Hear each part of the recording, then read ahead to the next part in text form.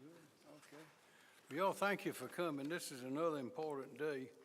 We have a lot of these where we try to pass rules, pass laws to make things better, to help and protect our people, the great people of South Carolina. And this is another such step. Bill Taylor started this years ago after some very sad situations. And so here we are. We now have a new law that says what people must remember to do instead of just relying on them. Sometimes you have to tell them. And this is one that protects the lives of people. It's just such a shame when I have the opportunities, as I do, to speak to business people from around the world. They always comment on the great people of South Carolina. And a lot of us don't realize how different we are from a lot of other places. There are great people everywhere, but there's something special about those here. That's what they tell me, and I agree with them 100%. And to see some of our people, any people, see them unnecessarily hurt, damaged, to see families suffering from just acts of inattention is something that's just a crying shame. And so Bill Taylor went to work years ago, and we thank him for that. And the result is House 3276, the Hands-Free Driving Act, which makes it clear that when you drive in that vehicle, you got to have your hands on the wheel. You can't be distracted. It's just common sense, but sometimes it takes a law to remind everybody of that common sense. So now, Bill Taylor, if you will come forward. Thank you, Governor. Appreciate you. Wow, what a crowd.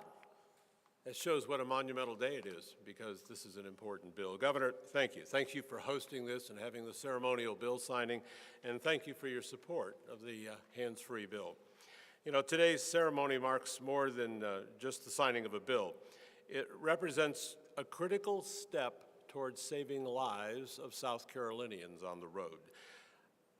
Okay, the legislative journey has been kind of long. Things do take some time around here. This year, my friend, Speaker Pro Tem Tommy Pope behind me, joined me in that fight and helped push this bill forward across the finish line. You know, it was first introduced or pre-filed in 2017. It was called Driving Under the Influence of Electronics, DUIE. The name was intentional and it was accurate. After all, AAA says that driving distracted is 6 times more deadly than drunk driving. You know, at least a drunk driver knows they're impaired. But when you're on your phone, you think you're driving, but you're driving blind. You're not looking at the road. After facing a number of roadblocks in the House of Representatives in the early years of this bill, I reached out to my good friend and colleague from Aiken, Representative Tom Young. Asked him, please go file the identical bill. Let's take a shot in the Senate and see if we can make some progress. He did. And finally, in 2022, near the end of the session, the Senate passed this bill.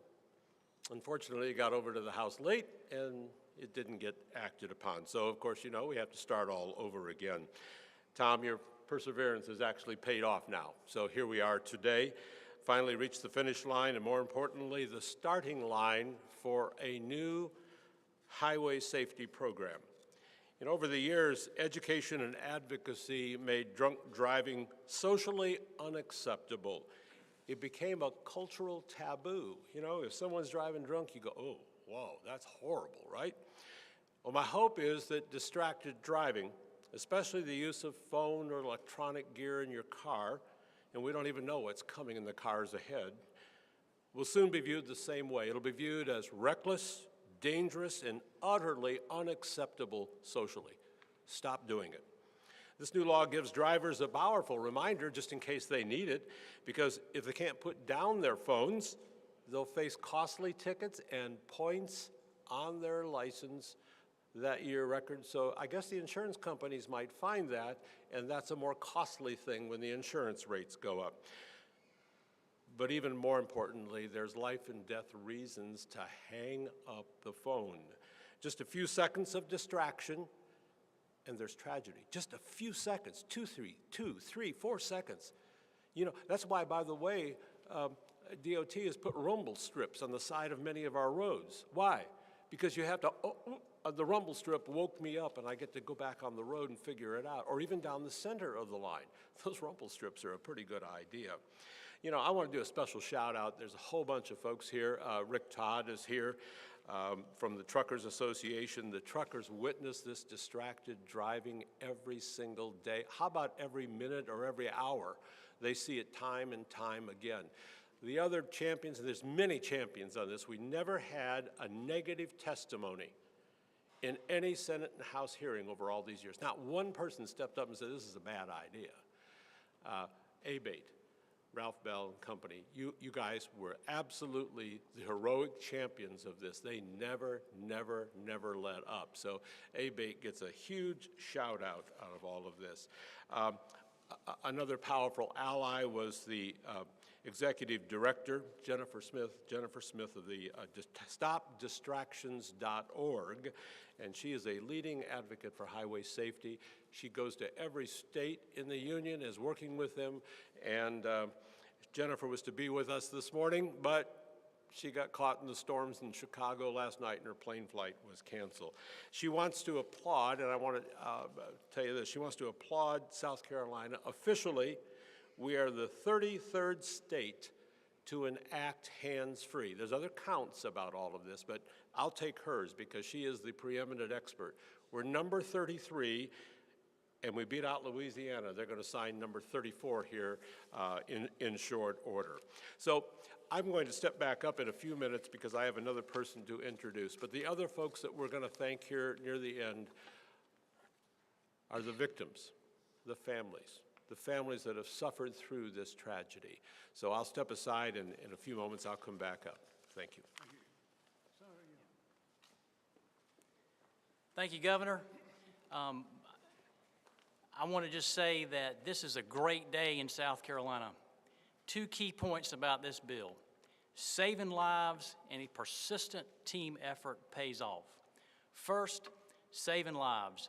There is no question that this law will save lives in South Carolina.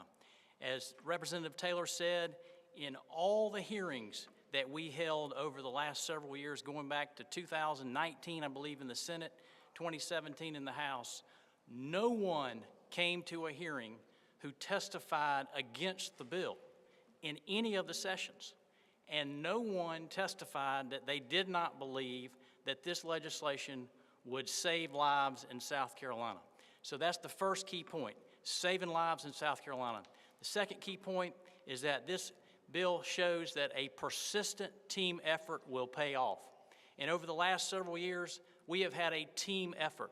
All of the people who are here in this lobby who have been at the hearings and who have been at the grassroots level, the victims' families, nobody knows the impact that this, not having this bill enacted and this law in place, no one knows about that more than the victims, and many of them are here today. We're going to hear from a widow of one of the victims here in a few minutes.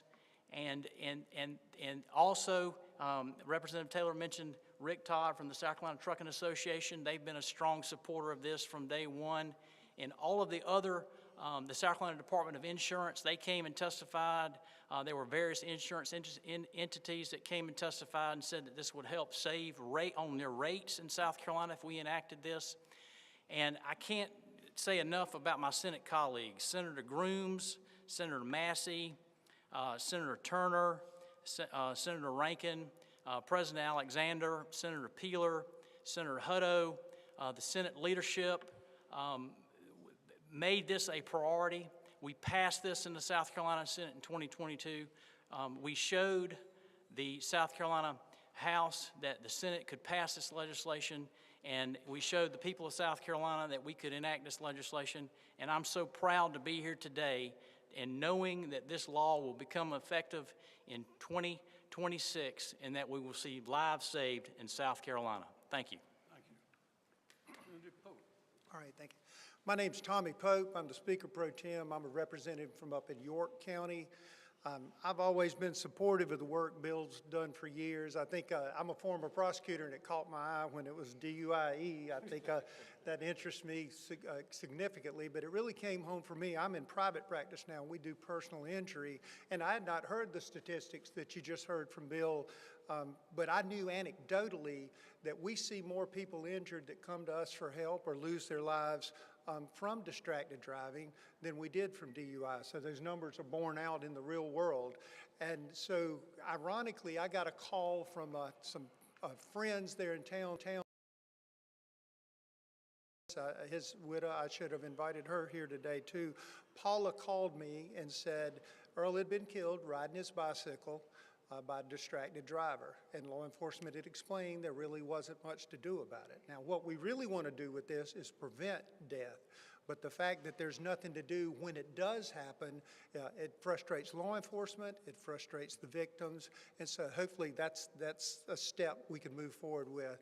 I will say I know it's going to be new for law enforcement. You know, people gripe about the seatbelt, and how do they enforce it, and how do they not? And, you know, I'm sure the defense attorney is going to make great money trying to argue how you weren't distracted when it happens. But if we can deter people from doing it, then we can save lives. And I was shared with my friends from Abate. They gave me one of their patches, and I said, I believe this one's going on the dash of Tommy Pope's car because it's the same thing. I put a new hands-free device in my car yesterday, and we got to break the habit, because I think as much as anything, I mean, we do it, you know, when we sit down at the dinner table with our family, we don't do this anymore, we do this, and we've got to stop because it's taking lives and it's endangering our citizens. I respect all the world that the folks from Aiken, I respect all the work that the folks from Aiken have done.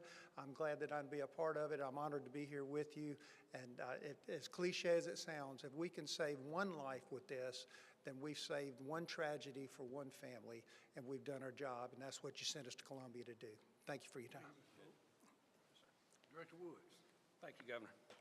Good morning. I'm Rob Woods. I'm Director of the South Carolina Department of Public Safety. First, I want to thank the Governor. I want to thank Representative Taylor, Senator Young, Speaker Pro Tem Pope for putting this important tool in the hands of law enforcement in South Carolina. I can tell you that the South Carolina Hands-Free and Distracted Driving Act will, in fact, save lives in this state. In addition to speeding, seatbelt violations, and driving under the influence, distracted driving remains a primary cause of collisions and deaths. A study that was done by the Department of Transportation, U.S. Department of Transportation, showed that in 2023, 8% of fatal crashes, 13% of personal injury crashes, and 13% of all police-reported crashes were related to distracted driving. Now, what that translates, those percentages into numbers, in that 2023, 3,275 fatalities nationwide were a result of distracted driving, and approximately 325,000 injuries resulted from distracted driving. By requiring people to put their phones down and keep their eyes on the road, we are confident this law will prevent collisions and save lives. It is important to know that our troopers and officers of the Department of Public Safety, working in cooperation with our local law enforcement partners, will strictly enforce this law. So please be reminded, this law takes effect on September 1st of this year. Now, for the first 6 months, we'll just issue warnings. But beginning on February 28th of 2026, we will begin issuing tickets. And those fines will begin at $100 for a first offense, and then for second or subsequent offenses, that'll be $200 and a 2-point assessment against your driver's license. To complement our law enforcement efforts, we will focus on informing and educating the public on both the dangers of distracted driving as well as the important requirements of this law. Over the next several months, we will provide information about the hands-free law through billboards, social media, and our new webpage, which is scdps.sc.gov/handsfree. In addition, our troopers and state transport officers will soon be issuing ticket folders, Just give you an idea what that is. It's sort of a pamphlet that a ticket or a warning will go into and be handed to a violator that will outline the requirements of this law. So that'll be another one of our public information initiatives. We're also working with state agencies to help spread the word. As you can see here, one of our key partners is always Department of Transportation. Secretary Powell's with us today. These signs are going to be posted throughout the state, so people will be reminded to put their phones down. In addition to that physical signage along interstate highways, DOT will display information about the law on their digital signs. See the changeable message signs that you see, and marquees. The Department of Parks, Recreation, and Tourism, PRT, will display messaging at our state welcome centers, and the Department of Motor Vehicles has already begun sharing this message, displaying it in their 65 branches. We recognize that this law will cause a very significant change in driving habits for many drivers. So we will educate first, keeping the public informed of the dangers of distracted driving, and then also, again, making sure they understand the elements and requirements in this law. Thank you so much.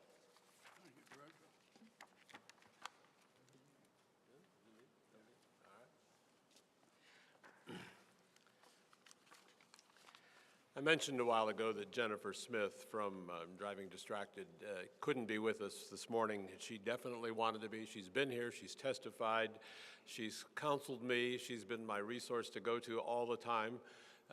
She keeps me abreast of what all the other states are doing. So, and by the way, she is thrilled with our bill. That's pretty good. The person that's the most knowledgeable about all of this says, your bill is perfect and better than most. And I like, thank you. It took a while to get there. So allow me to do this. Just a few words from Jennifer, her remarks that she was going to provide on this occasion. She said, quote, I want to thank the courageous families that never gave up. For more than 8 years, and I look over here, we have some families. For 8 years, you've shown extraordinary determination, compassion, and resilience. You've turned your personal tragedies into a mission to protect others, sharing your stories in the most difficult moments so that no other family would have to experience the pain that you have lived through. Today we remember Juju, Frank, Dale, and all the other precious lives that were taken too soon or forever changed by distracted driving. This law is in their honor. Please, it is in their honor. Come forward a little bit so they can all see you. Come up here just a little bit. You're good, come on up here. Come on, Mom, come on. Stand right there. There you go, stand right there. Come on, Mom, right there with you. This law is for you guys and for every other family that has lost loved ones on the highway to distracted driving. The law is in their honor, so says Jennifer, and because of your unwavering efforts, their legacies will now save lives. And these were the words of Jennifer Smith of DistractedDriving.org. Want to thank all the families that were here, and I particularly want to bring one particular person up. That would be his grandmother. He lost his grandpa. Lost her father. Come up here, will you? Thank you, dear. Appreciate you. Kelly Willenberg. Kelly Willenberg. Go for it, dear. Good morning. I speak in front of people all the time across the country on healthcare compliance, and I think I'm the nervous I've ever been in my life right now. So today, as we stand on the threshold of change by signing this hands-free bill into law, my daughter, Mariel Norton, and my husband's namesake, Dale Norton, and I are here in memory of Dale in our hearts, a husband, father, grandfather, and cyclist whose life was stolen in a heartbeat by distraction behind the wheel. Distracted driving is not just about texting, checking notifications, finding the right station on Sirius, or putting mascara on. It is about failing to recognize the responsibility of holding lives in your hands every single time you are at the driver's seat of a vehicle. Dale was doing everything right. He wore a helmet, he followed the rules, he was visible, cautious, conscientious, and had kind intentions as he rode. Once while he was riding in Tennessee, he stopped at a motorcycle accident to aid a motorcyclist who had been injured in an accident, performing CPR on the injured passenger until the ambulance arrived. As a nurse anesthetist with a stressful job, he called riding on his bike his mental health time, but none of that could protect him from a glance that cost him his life. Every day in the United States, 9 lives are lost to distracted driving. I do not want anyone in this room to suffer the trauma we have suffered, lives crushed under grief and a legacy interrupted needlessly. Choosing screen over safety is not an option. The bill is more than legislation. It is a vow to protect what matters most. For us, it's not just a policy. It's a promise born of our pain and purpose since that faithful day in 2017. Dale's story will not be repeated. Our roads will be governed by responsibility, awareness, and respect. Let this law stand as a reminder that no message, no text, no ping or post is worth the price of a human life. This morning, we swap routine for responsibility. Today, we stop measuring worth in likes and start valuing life. Let this law be Dale's legacy. Let it be the voice for those who can no longer speak. It is more than policy. It is a promise to protect. For lives lost and lives that will now be spared in South Carolina, we turn the page on preventable tragedy. Thank you.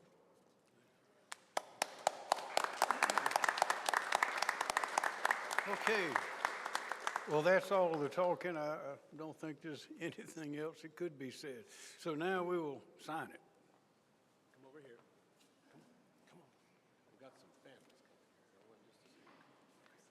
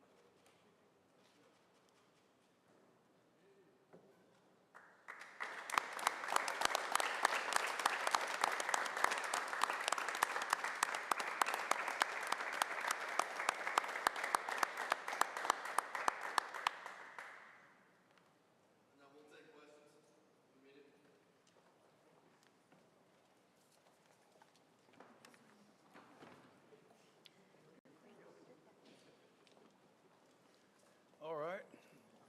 Anyone have a question? We've got answers. Governor, Representative Taylor mentioned how we're the 33rd state to pass this type of law. Does it bother you that for something that is common sense, it takes so long to put that's a law in place? We could all say that about all kinds of legislation as well as other things, but the point is it got done. You want to add? No, sir. No, sir. Okay, another question.